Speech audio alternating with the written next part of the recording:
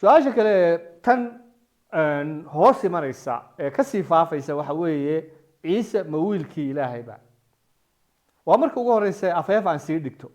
sida aynu jawaabteena ka arki doono waa dembi iyo damiinimo in masiixiyiinta lagu eedeeyo inay aaminsan yihiin inuu ilaahay u tegey sida bini aadanka qof dumara oo uu ka dhalay wiil oo uu caruur sidaa ku yeeshay tusaale ahaan haddaynu soo qaadano maryantii ciise masiix dhashay oo ay sidaa masiixiyiintu ugu yeedhaan ciise inuu yahay wiilkii ilaahay arrintu way ka weyn tahay oo way ka qoto dheer tahay oo way ka sarreysaa taas shaydaanka iyo kuwa aaminsani waxay ka hadlaan waxyaalaha hoose ee jidhka iyo shuqulada jidhka ee dembiga leh waayo ma fahmayaan waxyaalaha ilaahay ee ruuxiyanka ah ee samaawiga ah marka la leeyahay ciise waa wiilkii ilaahay haba yaraatee lagama hadlayo galmo lagama hadlayo guur lagama hadlayo shuqulo jidh ahaaneed iyo fikro bini aadan oo hoose laakiinse waxaa laga hadlayaa waxyaalaha sarsare ee ruuxiyanka iyo fikrada samaawiga isla ciisaha aynu soo akhrinay inuu injiilka caddeeyey kelinimada iyo midnimada ilaahay ayaa sidoo kale ku yidhi sida injiilka ku qoran aniga iyo aabbuhu ama waa ilaahay mid baanu nahay noloshii ciise ee quduuska ahayd mucjisooyinkiisii dhimashadiisii sara kiciddiisii ayaa caddeeyey inuu isagu ahaa wiilkii ilaahay oo jidh bini aadan soo huwaday ruuxillah iyo kelimatullah waa labada siyaalood ee keliya ee ilaahay ilaa iyo hadda uu bini aadanka kula dhaqmay ilaahay ruuxiisa iyo kelimadiisa ayuu adduunka ku abuuray oo uu ku qabtay shaqo kasta oo aynu naqaan injiilka sida uu yooxana u qoray cutubka 4 aayadda 24 waxaa ku qoran ciise masiix oo leh ilaahay waa ruux kuwa caabudaa isagana waa inay ku caabudaan ruuxa iyo runta wadaadadii diinta yuhuudda ee beriga ee towreedda mas-uulka ka ahaa ayaa diiday inay ciise u rumeeyaan inuu yahay wiilkii ilaahay oo xataa isku dayey markuu taa sheegtay inay isaga dilaan iyagoo ku eedeynaya bidcinnimo injiilka sida uu maarkas u qoray cutubka 14 aayadaha 61 ilaa 64 waxaa ku qoran mar kale ayaa wadaadkii sare ciise masiix bay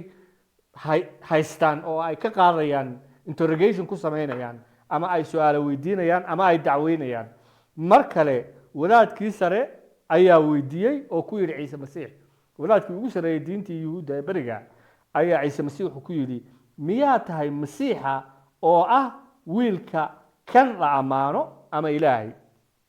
ciise ayaa ugu jawaabay waanahay oo waxaad arki doontaan wiilka aadanaha waa magac kale oo ciise masiix isugu yeeri jiray oo fadhiya midigta xoogga ilaah oo ku imanaya daruuraha cirka waa markuu maalinta yoomal qiyaamaha soo degayo markaasaa wadaadkii sare dharkiisii jeexjeexay oo yidhi isagoo xanaaqsan maxaanu markhaatiyaal weli ugu baahannahay waad maqasheen caytanka maxay idinla tahay dadkiibuu weydiinayaa kulligood waxay ku xukumeen inuu dhimasho istaahilo run ahaantiina marka uu ciise masiix leeyahay waxaan ahay wiilkii ilaahay kama wado inuu ilaahay sidii bini aadanka aynu nahay run ahaantiina marka uu ciise masiix leeyahay waxaan ahay wiilkii ilaahay wuxuu ka wadaa in uu isagu ilaahay la leeyahay midnimo in isaga iyo ilaahay ay isku dhex jiraan inuu leeyahay isagu astaamaha ilaahay iyo awoodda ilaahay oo buuxda markii uu malakul jibriil maryan ugu bishaareynayay dhalashadii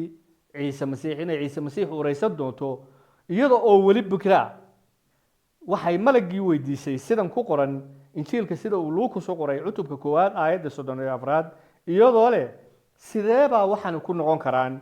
anigu ninna garan maayo yani waxaan adii sheegayso inaan anigoo wiil bikra wiil dhali doono sidee bay ku noqon karaan waayo anigu weli bikraan ahay oo nin uma tegin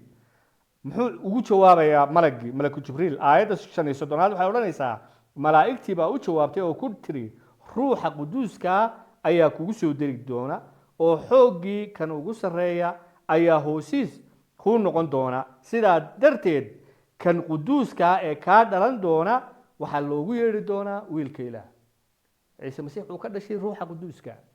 marka meesha lagama hadlayo jir ahaan laakiinse waxaa laga hadlayaa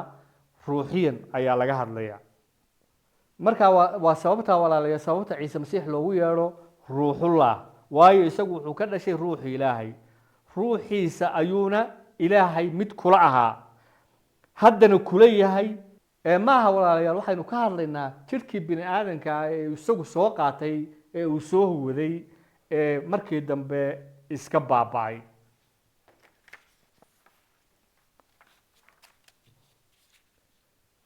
injiilka waxaa ku qoran iyadoo ciise masiix laga hadlayo bilowgii waxaa jiray ereyga kalimatullah ereyguna wuxuu la jiray ilaah ereyguna wuxuu ahaa ilaah ilaahay iyo ereygiisu waa isku mid isagu ilaah buu la jiray bilowgii wax walba waxaa laga sameeyey xaggiisa oo wixii la sameeyey lama samayn isaga la'aantiid soomaalidu waxay tahay kun fayakun ereygii ilaahay adduunka ku abuuray wuxuu ahaa kalimatullah ereygii unbaa jidh soo xidhay oo isagoo ciise masiixa noo yimi ereyguna jidh buu noqday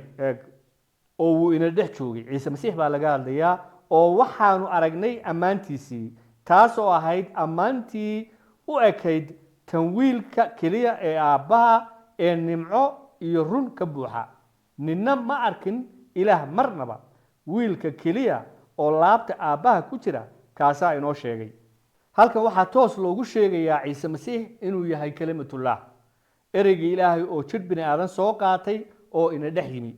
ilaahay iyo ereygiisuna waa mid dad baa iska hadaaqa oo yidhaahda ciise masiix waa kalimatullah iyo ruuxullah iyagoo aan garanayn macnahooda dhabta ee qotada dheer kuwani ma aha naanayso ciise masiix loo bixiyey oo uu lahaa laakiinse run ahaantii isagu wuxuu ahaa kalimatullah iyo ruuxullah awooddoodana wuu lahaa ilaa iyo haddana uu leeyahay waa sababta uu ciise u awooday inuu yidhaahdo oo injiilka ku yidhaahno aniga iyo aabbahu mid baanu nahay aniga ilaahay mid baanu nahay ma jiro nin kale oo jidh bini aadan leh oo taa odhan kara markii uu ciise masiix samada aadayay uu ilaahay ku noqonayey ayuu xertiisii u sheegay inuu ilaahay uu weligiiba midnimada la lahaa uu ku noqonayo oo u tegayo laakiinse uu soo laaban doono mid xertiisii ka mid a ayaa ku yidhi sayidow aabbahana tus waana nagu filan tahay sayidow ilaahayna tus ilaahay buu ka hadlay aniga ilaahay mid baan nahay ilaahay baan u noqonayaa waan soo laabanayaa waxyaalahaas buu ka hadlay marka Filibos oo xerta ciise masiix ka mid ahaa ayaa ku yidhi sayidow aabbaha ama ilaahayna tus intaasaa nagu filan muxuu ugu jawaabay ciise masiix wuxuu ugu jawaabay sida ku qoran injiilka sida uu Yohana u qoray cutubka 14aad aayadaha 9 ilaa 11 markaasaa ciise wuxuu ku yidhi ma intaas badan baan idinla joogay oo aanad i garanayn Filibisow kan i arkay wuxuu arkay aabbaha ilaahay sidee baad u leedahay aabbahana tus miyaadan rumaysnayn inaan aabbaha ku jiro aabbuhuna igu jiro inaan ilaahay ku jiro anna aan ilaahay ku jiro miyaanan rumaysnayn inaanu midnimo leenahay erayadan idinkula hadlayo anigu iskagama hadlayo aabbahaas igu jira ayaase shuqulladiisa sameeya in rumaysta inaan aabbaha ku jiro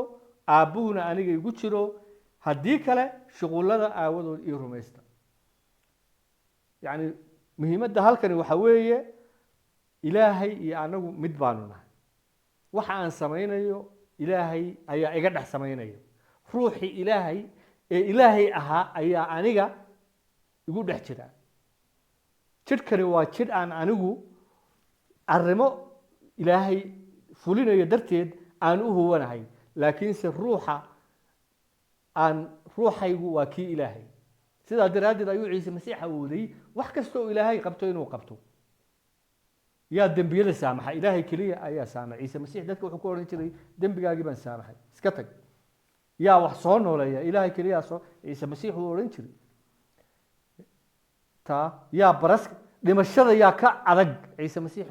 ilaahay keliya ayaa ka adag ciise masiix dhimashadii uu ka adkaaday yaa jira maantadan oo ilaahay la jira ciise masiix baa jira muslimku waxay aaminsan yihiin ciise masiix inuu wax abuuray ya soo baadh mid nebiga oo ilaahay soo diray oo dhan oo awoodaha ilaahay keliya uu u leeyahay awoodda ee aanu qof lala qaybsan ciise masiix baa lahaa waayo ciise masiix wuxuu ahaa wiilkii ilaahay wuxuu ahaa ruuxii ilaahay wuxuu ahaa kelimadii ilaahay wuxuu ahaa ilaahay oo run ahaantii in essence noogu yimi si bini aadana isagoo leh awooddiisii oo dhan ilaahay wuu awoodaa taas waxa keliya uu ilaahay samayn karin waa inuu dembi sameeyo laakiin wax kasta oo kale ilaahay wuu awoodaa markaa walaalayaal wax kasta oo ilaahay sameeyo wuu samayn karay ciise masiix xataa inuu dadka soo nooleeyo oo dembiyadooda saamaco ayuu awooday siduu weligiis u jiray ayuu haddana u jiraa ciise masiix oo yuhuudi la hadlaya ayaa iyaga ku yidhi haddaan is ammaano ammaantaydu waxba maaha waa aabbahay ama ilaahay kani ammaanaa kaad ku sheegteen ilaahayna mana aydnaan garan isaga laakiinse anigu waan garanayaa waan aqaanaa isaga ereygiisana waan xejiyaa aabbihiin ibraahim wuu ku rayreeyey inuu maalintayda arko wuuna arkay oo ku farxay wuxuu yidhi ibraahim baa aniga i arkay yani maxay ugu jawaabeen yani way yaabeen sidee baa ibraahim uu isagu uga horeyn karaa maxay ugu jawaabeen waxay ugu jawaabeen sida ku qoran aayadaha 57 ilaa 59 sida aawadeed yuhuudi waxay ku yidhaahdeen weli 50 sannadood ma aad gaadhin oo ibraahim maad aragtay ciise masiix wuxuu ku yidhi runtii waxaan idinku leeyahay intaan ibraahim jirin anaa ahaa markaasay dhagaxyo gurteen inay ku tuuraan ingiriiska waxa uu leeyahay before abraham I was yani xataa anaa jiray ma oran magaca kale oo bible-ka ilaahay isugu yeedhay waxa weeye oo uu muuse ku yidhi markuu muuse ku yidhi reer binu israa'iil markaad ii dirtid yaan ku idhaahdaa yaa isoo diray wuxuu yidhi waxaa isoo diray anaa ah yani magac kale oo ilaahay isugu yeedha weeye markaa ciise halkan wuxuu ku sheeganayaa inuu ilaahay mid leeyahay su-aal baa imanaysa oo aynu darsis kale kaga hadli doono markaa walaalayaal waxa weeye markaa ciise masiix muusan bini aadan ba ahayn isla sida uu ruuxiyan u ahaa wiilkii ilaahay ama ilaahay laftiisa ayuu jir ahaan u ahaa bini aadan buuxa oo inaga oo kale ah darsi kale ayaynu arrintaa kaga hadlaynaa markaa walaalayaal ka u ciise yahay waxba kama bedelayso waxa ay diintaadu kuu sheegayso ama ku barayso isagu waa ka uu yahay meesha keliya ciise masiix ka uu yahay aad ka fahmaysaana waa injiilkiisa wax alla wixii meel kale lagaga sheegay waa kuturkuteen iyo been markaa walaalayaal waxba iyaynaan iswareerin oo madaxa dhulka ku garaacin innagoo u malaynayna inaynu ilaaha runtaa caabudayno waayo ma jiro jid kale oo loogu tali karo ilaahay oo ilaahay inagu aqbalayo kitaabka fariimaha rasuulada waxaa ku qoran cutubka 4 aayadda 12 mid kale badbaadada lagama helo maxaa yeelay ma jiro magac kale samada hoosteeda oo dadka dhexdooda loo bixiyay oo ay waajib inoo tahay inaynu ku badbaadno ilaahay inuu nagu aqbalo magac kale oo loo bixiyay oo bini aadanku ilaahay ku aqbalayo ma jiro magaca ciise masiix mooyaane kaasoo ah run ahaantii magaciisii waayo sidaynu soo arkayno waxa weeye waa ciise masiix waa si kale oo ilaahay isku keentusay isaga waa ciise masiix ayaa si cad injiilka ugu yidhi anigu waxaan ahay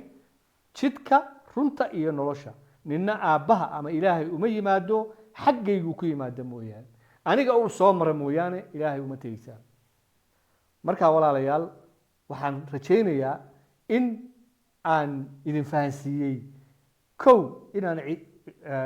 masiixiyiintu aaminsanayn 3 ilaah uu jiro hal ilaah oo keliya inaan idin fahansiiyey in ilaahay isku keentusay 3 siyaalood oo keliya ilaahay wiilka iyo ruuxa quduuska oo ah 3 siyood uu ilaahay isku keentusay oo uu shaqadiisa adduunka ku qabtay ilaa iyo haddana ku qabanayo inaan idin fahansiiyey in marka la leeyahay ciise masiix waa wiilkii ilaahay aan laga wadin inuu ilaahay bini aadan intuu sideen oo kale bini aadan ahaan wax u dhalay laakiin se laga hadlayo arrin ruuxiyana oo samaawiya oo ka weyn waad mahadsantihiin inaad nala joogteen ilaahay haydun tuso jidka xaqa ah ee ilaahay loogu tago ee keliya kaasoo ah ciise masiixa jira imaanna doona